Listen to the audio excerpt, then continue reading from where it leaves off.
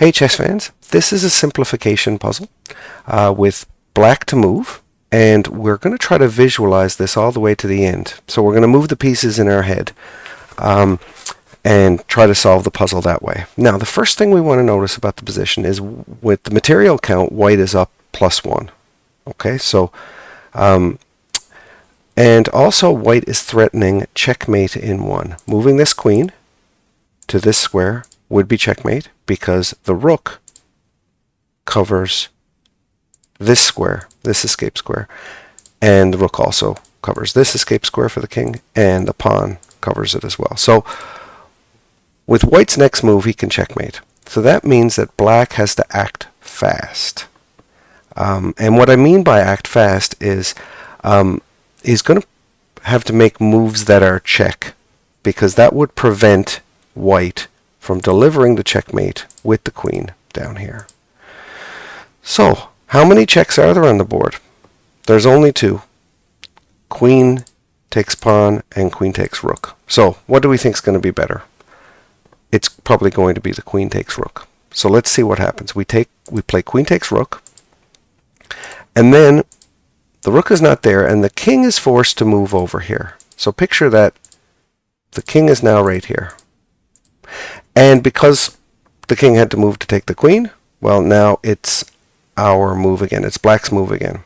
So another check that we could look at first would be rook coming down here to check the king. And the reason why that would work is because the rook would be anchored by this pawn here. Now, we have the king here, and after the check with the rook that's going to be right here, the king can easily move to safety. So it doesn't look like that's going to work, because remember, we're still dealing with this checkmate down here. So let's try another move. Remember, the queen isn't here anymore, this rook isn't here anymore, and the king is on this square. So what if we played pawn here? Check. Okay. Well, now the king will have to move from here to here. And remember, we have a new queen right here. That brings us to the finish of the puzzle, because there's going to be a way now to trade the queens. Taking the queen from right here and bringing it to this square is check, because remember, our king has moved to here.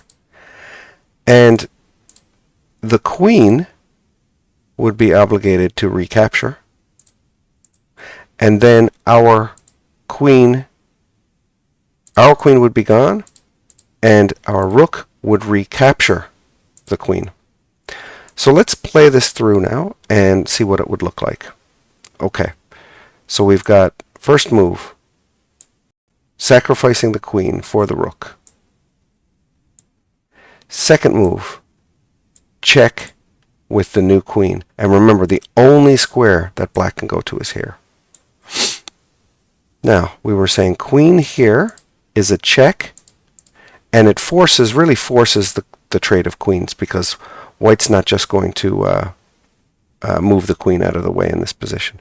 So we bring the queen down here, check, and if white doesn't trade queens, then it's a free queen or checkmate. So white is going to do this. And now look at the difference in the position.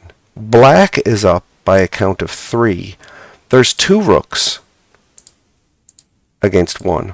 White has some extra pawns, but black is clearly winning. So what we've done is we've taken a position, we've simplified it by ultimately getting queens off the board. We found a way to do that, and of course avoiding the checkmate.